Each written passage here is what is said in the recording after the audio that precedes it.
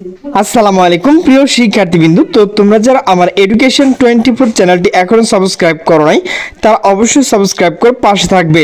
তো তোমরা যারা জাতীয় বিশ্ববিদ্যালয় অনার্স প্রথম বর্ষে ভর্তি হবে, তো তোমাদের কিন্তু যারা মূলত এইবার এইচএসসি পাস করেছো মূলত তারাই। তো এইবার কিন্তু জাতীয় বিশ্ববিদ্যালয় 4 লাখেরও বেশি আসন ফাঁকা থাকবে। তো সেই বিষয়ে কিন্তু একটা নোটিশ প্রকাশ করা হয়েছে। তো নোটিশটি প্রকাশ করা হয়েছে দ্য ডেইলি ক্যাম্পাস। তো নোটিশে বলা হয়েছে জাতীয় বিশ্ববিদ্যালয় ফাঁকা থাকতে পারে 4 লাখের বেশি আসন। তো নোটিশটি মূলত প্রকাশ করা হয়েছে 27 অক্টোবর 2025 সকাল 11:53। তো নোটিশে বলা হয়েছে চলতি বছরে এইচএসসি ও সমান পরীক্ষা পাশের হার 21 বছরের মধ্যে সর্বনিম্ন, ফলে সব শিক্ষার্থী স্নাতকে ভর্তি হলেও 2025-26 শিক্ষাবর্ষ উচ্চশিক্ষায় জাতীয় বিশ্ববিদ্যালয়ে বিপুল সংখ্যক আসন শূন্য থাকবে। বিশ্ববিদ্যালয় অধিভুক্ত বেশ কিছু কলেজ পিছিয়ে পড়া বেসরকারি বিশ্ববিদ্যালয়গুলো একজন শিক্ষার্থীও পাবে না বলে সংখ্যা তৈরি হয়েছে। এইচএসসি পরীক্ষার যত শিক্ষার্থী উত্তীর্ণ হয়েছে তারা সবাই যদি জাতীয় বিশ্ববিদ্যালয়ে ভর্তি হন তারপরও ফাঁকা থাকবে 3 লাখেরও বেশি আসন। জানা গেছে এবারে এইচএসসি 12,41,111 শিক্ষার্থীর মধ্যে উত্তীর্ণ হয়েছে 7,26,960 জন শিক্ষার্থী। এর মধ্যে জিপিএ পেয়েছেন 69,097 জন শিক্ষার্থী। তাদের প্রায় সবাই বিশ্ববিদ্যালয়ে ভর্তির লড়াই অংশ নেবে। পাশাপাশি ভর্তি পরীক্ষা দিতে পারবে জিপিএ 4 ও 3.50 প্রাপ্ত শিক্ষার্থীরাও। জিপিএ পেয়ে 1,59,000 এবং জিপিএ 3.50 পেয়েছে 1,39,000 শিক্ষার্থী।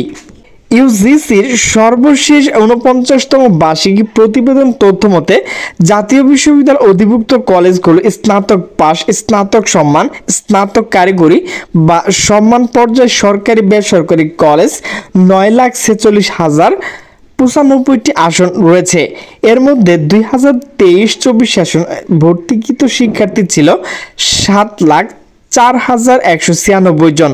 আসন ছিল 1,97,000, আসন শূন্য ছিল 1,97,349টি। এছাড়া বিশ্ববিদ্যালয় মাস্টার্স ও কারিগরি আসন সংখ্যা 1,94,415টি। তার মধ্যে ভর্তিকৃত শিক্ষার্থীর সংখ্যা 1,94,415 জন, যদিও এই সংখ্যা দিন দিন বাড়ছে। অন্যদিকে শুধু স্নাতক সম্মান বা স্নাতক কারিগরি পর্যায়ে মোট আসন ছিল 4,36,090টি এবং ভর্তিকৃত শিক্ষার্থী ছিল 3,49,715 জন।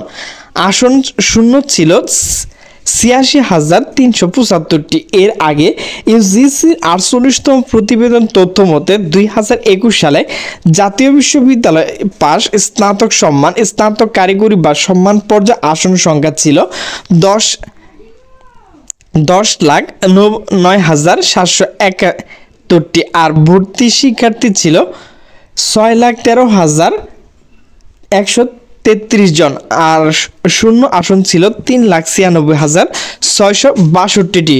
অন্যদিকে শুধু স্নাতক সম্মান বা স্নাতক কারিগরি পর্যায়ে মোট আসন ছিল 5,87,801টি এবং ভর্তিকৃত শিক্ষার্থী ছিল 3,87,916 জন।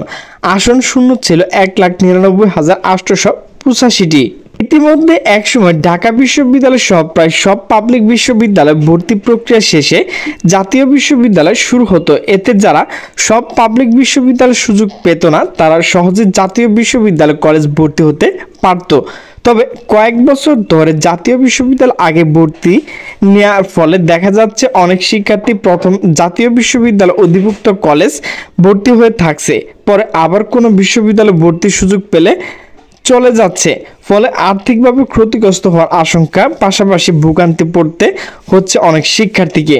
তো প্রিয় শিক্ষার্থীবৃন্দ, এবার কিন্তু জাতীয় বিশ্ববিদ্যালয়ে 4 লাখেরও বেশি আসন খালি থাকবে। তো এখানে কিন্তু প্রচুর পরিমাণ সিট থাকবে কিন্তু শিক্ষার্থী থাকবে না। তো প্রিয় শিক্ষার্থী, অবশ্যই তোমাদেরকে বলবো, অবশ্যই তোমাদেরকে ভালোভাবে লেখাপড়া করতে হবে।